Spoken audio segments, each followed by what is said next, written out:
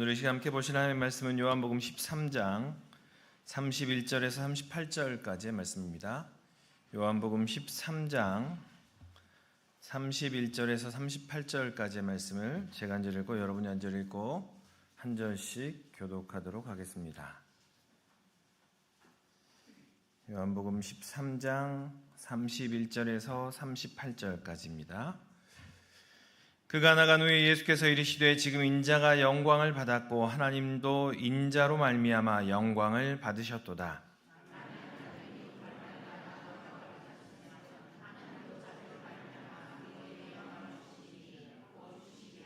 작은 자들아, 내가 아직 잠시 너희와 함께 있겠노라. 너희가 나를 찾을 것이나 일찍이 내가 유대인들에게 너희는 내가 가는 곳에 올 수 없다고 말한 것과 같이 지금 너희에게도 이르노라.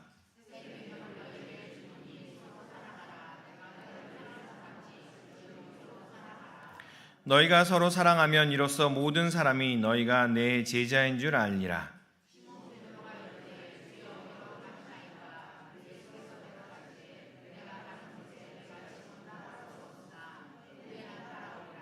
베드로가 이르되 주여, 내가 지금은 어찌하여 따라갈 수 없나이까? 주를 위하여 내 목숨을 버리겠나이다.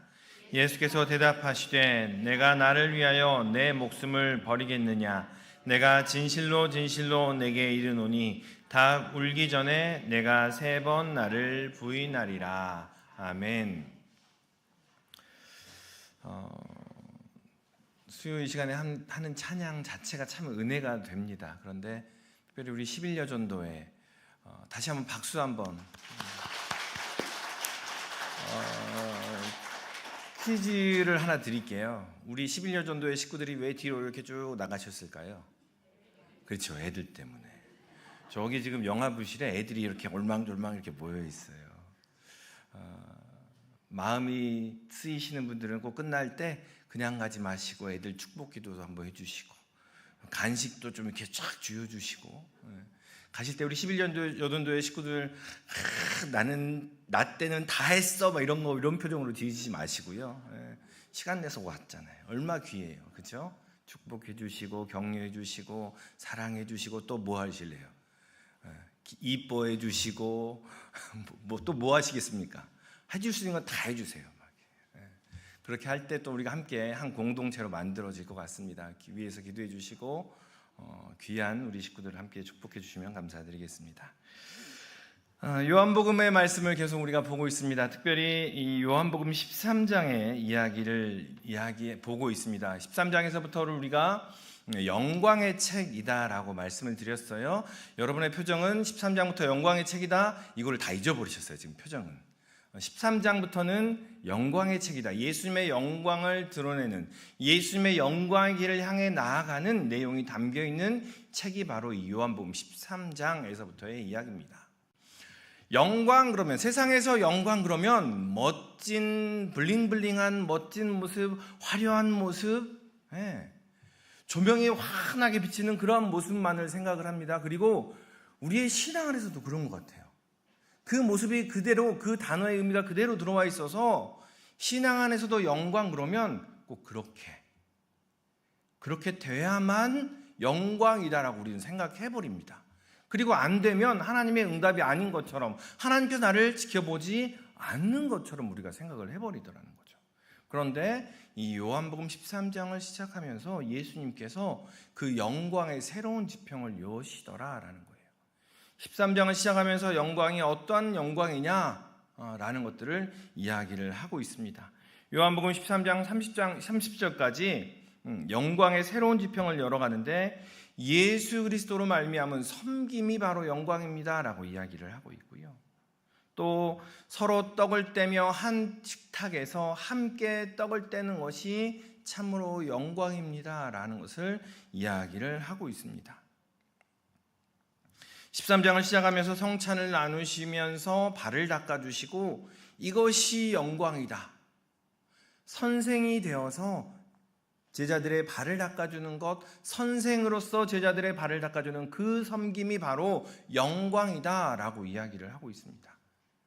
그리고 심지어 나를 팔 사람까지 한 테이블에서 같이 식사하면서 함께 하나님의 나라를 이야기하고 품어주는 것.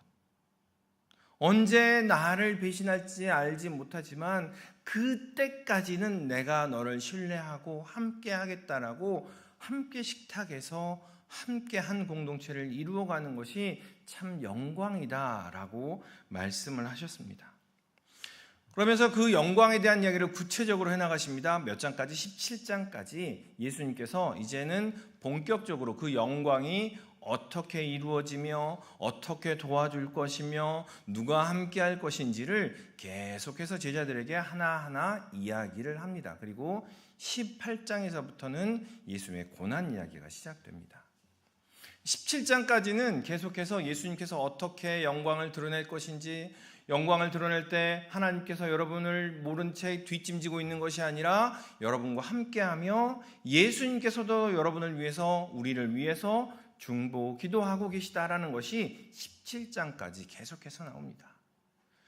소망하기는 우리 17장까지 쭉 나아갈 때까지 우리가 하나님의 영광에 이르기까지 그 하나님의 도우심과 이끄심을 온전히 누리고 깨닫고 그의 삶으로 실천해 나가는 우리 모두 믿음의 식구들 되시기를 소망합니다. 오늘 본문에 보면 이제 그 예수님의 영광에 대한 이야기가 구체적으로 나옵니다. 그런데 31절과 32절에 보면 특별히 우리 개역 성경을 보니까 그라는 단어로 표현돼서 좀 헷갈립니다. 갑자기 31절에 보면 그가 나오고요, 32절에 보면 그가 나오는데 31절에 나오는 그는 가룟 유다를 지칭하고 있고 32절에 나오는 그는 예수님을 말합니다. 그래서 32절까지는 서로 영광을 돌리는 하나님과 예수님에 대한 이야기가 나오고 33절부터 38절까지는 영광을 위해서 주님 계시는 곳으로 나오기를 기다리는 그 예수님의 모습을 설명을 하고 있습니다. 그렇게 그 예수님께 나아가는 방법이 바로 34절과 35절로 이야기를 하고 있다는 겁니다. 다시 말하면 오늘의 본문의 이야기는 영광 자체가 되시는 예수님, 그 예수님으로 말미암아 우리가 주님께 나아갑시다. 그런데 그 나아가는 방법이 34절과 35절 서로 사랑하는 것입니다 라는 것을 이야기를 하고 있습니다. 그리고 그 영광의 때가 그가 나간 후, 가룟 유다가 나간 후에부터 예수님의 영광이 시작됩니다 라고 이야기하면서 오늘 본문의 이야기들을 시작을 하고 있습니다. 그런데 다른 복음서, 이 요한복음, 특별히 이 사복음서, 네 번째 복음서라고 이야기하는 이 요한복음에서 특별히 영광을 이야기하는 이유가 뭘까 생각해 보신 적이 있으신가요? 13장부터는 계속해서 책 이름을 영광의 책이라고 이야기합니다. 그렇게 붙여놓을 정도로 영광을 이야기하면서 다른 영광을 이야기하는 거죠. 이 영광이라는 단어가 헬라어로는 카바드라고도 이야기하고 히브리어로는 카바드, 헬라어로는 독사라고 이야기하는데 하나님의 임재하심, 하나님의 거룩하심, 하나님의 영광스러움, 이런 의미입니다. 우리가 이렇게 예배드리면서 이제는 우리는 쉽게, 이 시대를 살아가는 우리는 쉽게 하나님의 영광, 하나님이 우리와 함께 하십니다, 하나님 우리 마음 가운데 있습니다 라고 우리 찬양하면서 기도하면서 이것을 쉽게 받아들이고 고백하지요. 그런데 당시에 있어서, 예수님 시대에 있어서, 그리고 구약 시대에 있어서 이 영광은요, 예루살렘에 국한된, 그리고 특별한 계층만이 누릴 수 있는 그것이 바로 영광이었습니다.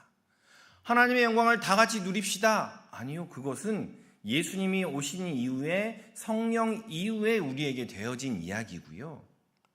구약에서 이 하나님의 영광은 오직 성전에, 오직 예루살렘에, 오직 특정한 종교 계층에 국한된 것이 바로 이 하나님의 영광이었다라는 거죠. 어느 정도 제물을 바칠 수 있는 사람, 절기와 규례를 따라서 예루살렘을 방문할 수 있는 사람만이 누릴 수 있는 것이 하나님의 영광이라는 거예요. 20세 이상의 남자들은 1년에 3번 예루살렘을 방문해야 되는데 경제적인 활동 때문에 방문하지 못하는 거예요. 그 사람들은 하나님의 영광을 1년 내내 바라보지도 못한 채 그렇게 살아가는 사람들이었던 거예요. 그래서 당시에 이 하나님의 영광이라는 이야기는 특별한 사람들만이 누릴 수 있는 겁니다 라고 구약에서부터 계속 그렇게 가르쳐 왔어요. 그런데 이 요한복음을 읽는 사람들, 제가 여러 번 말씀드렸습니다. 이 요한복음을 받아들고 이 요한복음을 읽는 사람들은 우리처럼 이렇게 예배당에 나와서 예배드릴 수 있는 사람들이 아니었어요. 우리처럼 이렇게 그냥 경제활동하고 시간 내고 움직일 수 있는 사람들이 아니었어요. 당시 로마의 핍박을 피해서 땅굴을 파고 굴을 파고 숨어 사는 자기들끼리만의 공동체를 만들어 사는 사람들이었어요. 사람들이 모여있는 공동체를 피해서 겨우겨우 살아갈 수밖에 없는 그러한 사람들을 중심으로 모여있는 요한 공동체에 오직 하나님이 오셔야만이, 예수님이 오셔야만이 내가 구원받을 것 같아요 라는 소망을 가지고 있는 사람들이 받아든 책이 이 바로 요한복음이라는 책입니다. 이 사람들이 요한복음이 있는데요, 영광이 임했다라는 거예요. 누구에게? 섬기는 사람에게. 요한복음에 이렇게 받아든 요한복음을 읽어보니 영광이 임했다라는 거예요. 같이 밥 먹는 그 테이블에 하나님의 영광이 임했다라고 13장부터 계속해서 이야기가 나오고 있는 겁니다. 아니 이게 무슨 일인가? 영광은 성전에 가야만, 영광은 예루살렘에 가야만, 그 영광은 때에 맞춰서 절기와 규례를 지킬 수 있어야만이 하나님의 영광을 누릴 수 있어 라고 배워왔는데, 이 요한복음을 통해서 읽어본 예수님의 영광은요, 그게 아니고 함께 밥을 먹는 그 자리에 하나님의 영광이 임하더라. 너의 발을 씻겨주는 그 자리에, 스스로 다른 이들의 발을 씻겨주는 그 자리에 하나님의 영광이 임하더라 라고 이야기를 하고 있는 겁니다. 이 요한복음을 받아들고서 보니 그 영광은 발을 씻겨주는 섬김의 영광이라고 쓰여 있고, 그 영광은 한 테이블에서 함께 식사하는 공평의 영광이라고 말하고 있습니다. 네가 그렇게 어렵게 힘들게 살아가는 그 자리를 속되다라고, 하나님의 영광이 그곳에 임하지 않다라고 하나님께서는 결코 말하고 계시지 않더라라고 이야기를 하고 있는 겁니다. 이 영광은 이렇게 성전에 우리가 함께 모여서 예배드리는 이 자리도 임합니다. 그러나 그 영역을 점점 넓혀가는 사람들, 섬김으로 넓혀가고 함께 식사 공동체를 만들어가면서 넓혀가는 이들에게 하나님의 영광이 임하더라라는 것을 이 요한복음은 말하고 있는 겁니다. 마태복음, 마가복음, 누가복음에서 이야기하는 그 하나님의 임재는 성전 중심으로, 유대인 중심으로 이야기하는 것이었다면, 이 요한복음에서 말하는 영광은요, 섬길 때, 발을 씻겨줄 때, 함께 식사의 공동체를 이루어갈 때 하나님의 영광이 임하더라 라고 이야기를 하고 있는 겁니다. 발을 닦아주는 사람들에게도 하나님의 영광이 임하고요, 평생을 선생님과 한 테이블에서 먹어보지도 못한 그 사람들에게도 하나님의 영광이 임하더라, 이렇게 이야기하는데 여러분의 표정은 전혀 감동이 없으세요. 왜냐하면 저도 되게 이 구절을 묵상하면서 왜 내 마음에 감동이 없을까? 내가 이미 기득권이 되어 있는 것은 아닐까?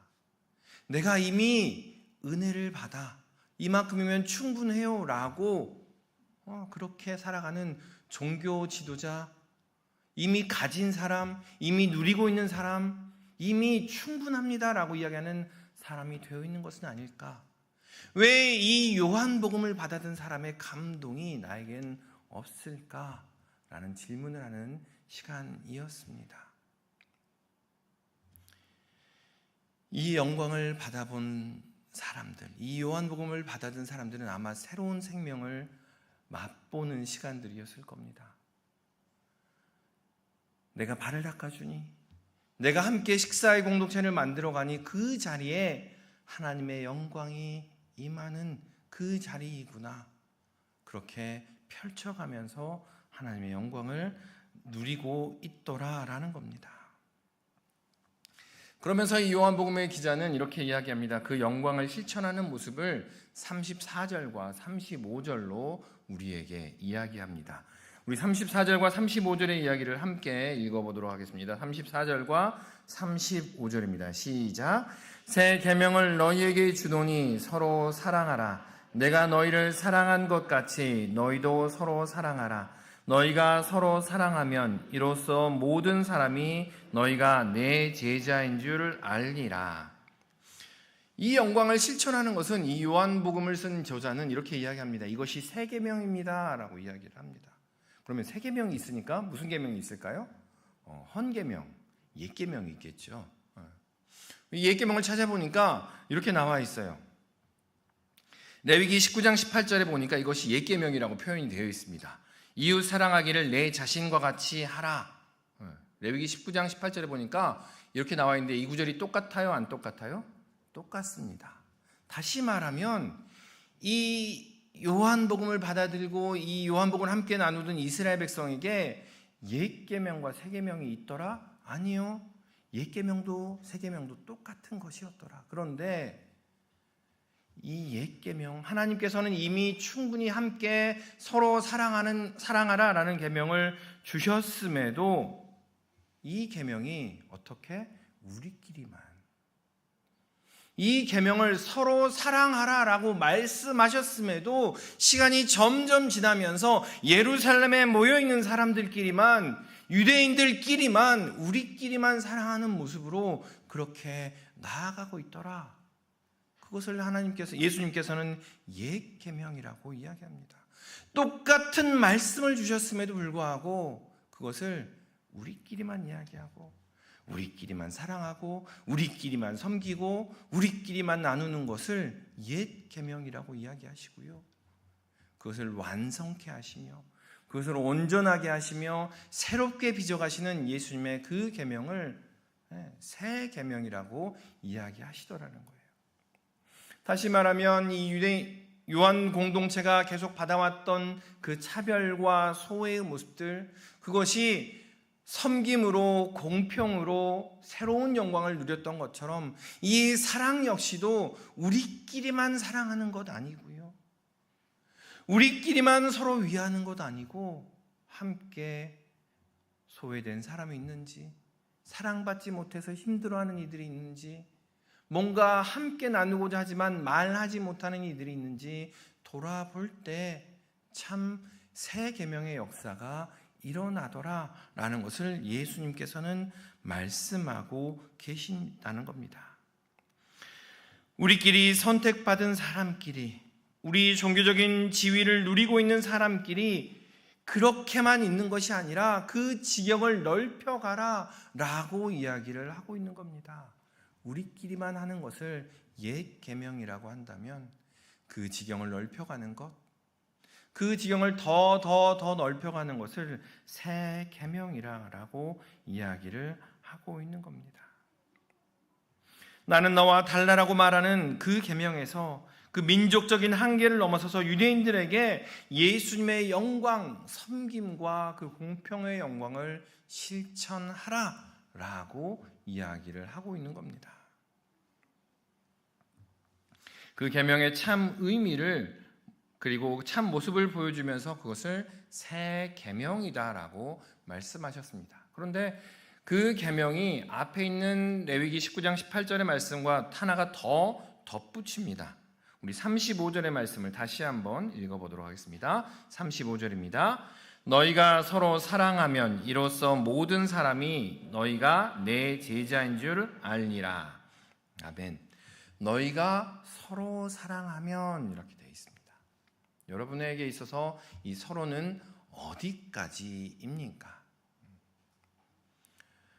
계속해서 말씀을 드립니다. 이 서로가 나 자신만인 사람이 있고요, 이 서로가 내 가족들까지인 사람들이 있고, 이 서로가 그냥 우리 신림교회 식구들끼리인 사람들이 있고, 이 서로가 이 지역 사회 그리고 함께한 마주치는 모든 사람이 서로인 사람들이 있더라라는 겁니다. 너희가 서로 사랑하면 제자인 줄 알리라라고 이야기합니다. 이 제자라는 말이 보냄을 받았다라는 말이잖아요. 여기서 여기로 받았다, 이동하는 것을 보냄을 받았다라고 이야기하지 않습니다. 보냄을 받았다라는 이야기는 경계를 넘어갈 때 보냄을 받았다라고 이야기합니다. 서로 사랑하여서 경계를 넘어설 때 그 사람을 제자라고 말하더라라는 겁니다. 저희 어머니께서 계속 하셨던 말씀 중에 하나가 인역이라는 단어 혹시 들어보신 적 있으세요? 인역이라는 단어가 나의 몸을 칭하는 그러한 사투리더라고요. 그런데 유난히 와닿은 이유가 인역, 식구, 인역이라는 단어들이 저의 머릿속에 계속 왔다, 그 나만을 생각하는 우리의 모습들이 그걸로 빚어질 때가 있더라는 거죠. 그런데 서로가 나에 국한되어서 나에게 머물러 있던 그러한 모습들이 너무나 많더라는 거죠. 그런데 성경은 계속해서 제자를 이야기합니다. 사랑하되 경계를 넘어서라. 나를 사랑하는 경계를 넘어서고 그냥 우리끼리 사랑하는 경계를 넘어서는 것, 그것을 위해 예수님께서 십자가에 달리셨고 그것을 위해 예수님께서 피를 흘리셨고 그것을 위해서 예수님께서 우리를 제자라고 부르고 계신다라는 겁니다. 우리는 너무나 잘 알고 있습니다. 나를 향해 잘해주는 사람은 세상 사람도 그렇게 사랑한대요. 나에게 잘해주는 사람은 세상 사람도 그렇게 사랑하고요. 세상 사람도 그렇게 잘 대해주고요. 세상 사람도 그렇게 하더라는 거예요. 그런데 제발 경계를 넘어서서 사랑합시다.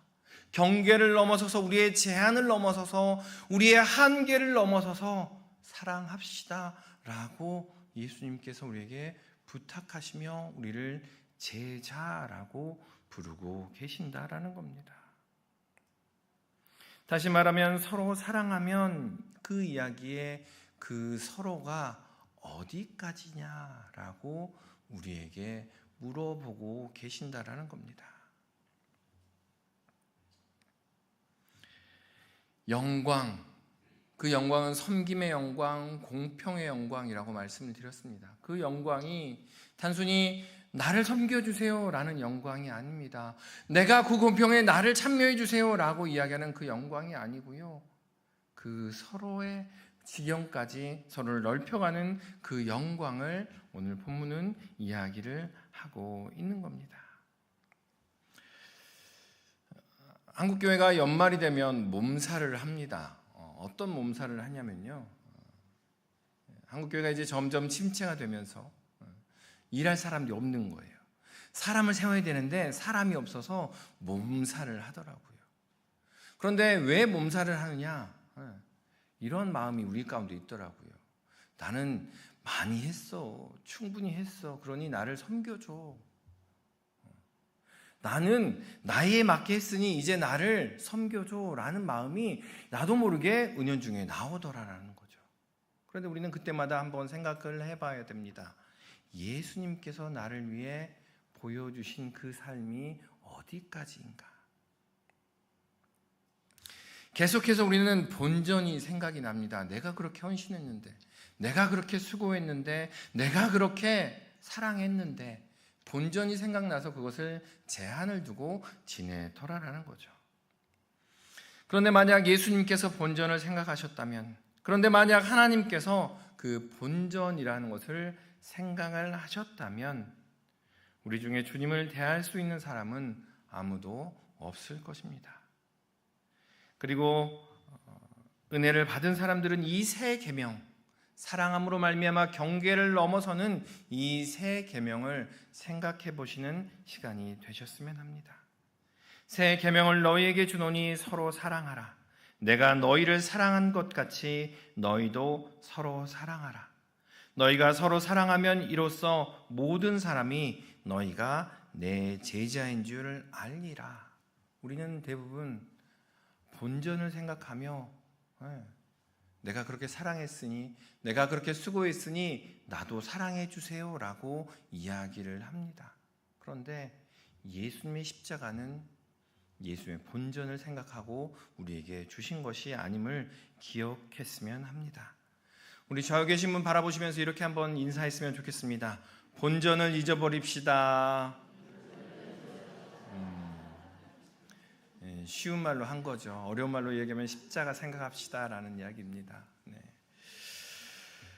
소설, 우리가 코바디스라는 소설이 있습니다. 영화로도 많이 접했고요. 이 소설을 보면 베드로가 이제 핍박받는 예루살렘에 있는 사람들을 뒤로 하고 피난을 가지요.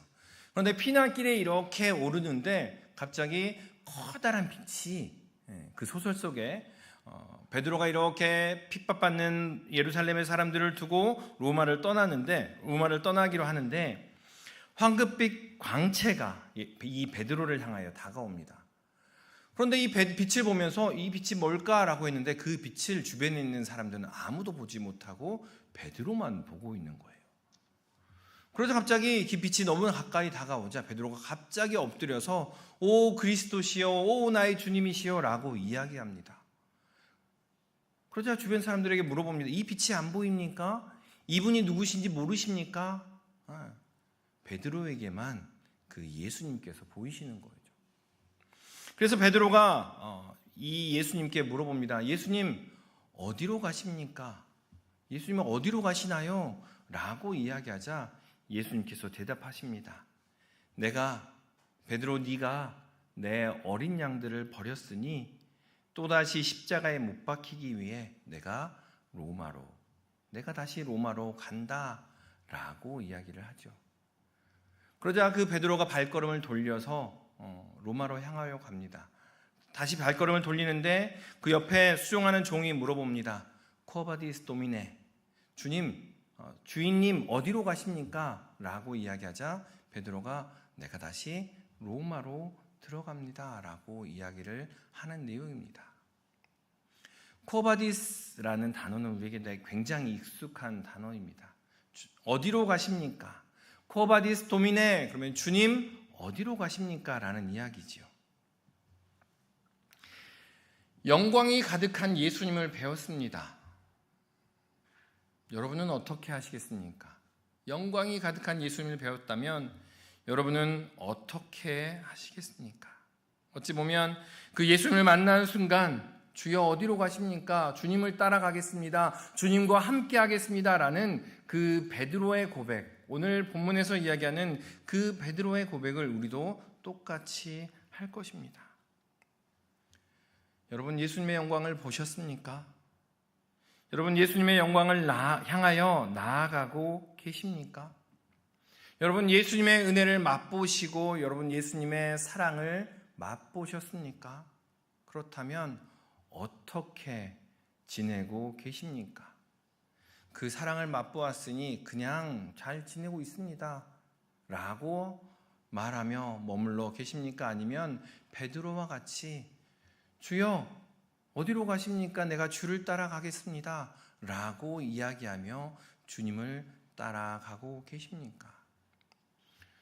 오늘 영광의 책을 시작하면서 예수님께서는 우리에게 말씀하십니다. 그 영광은 섬김의 영광이며 함께 식탁에 초대하는 영광이다라고.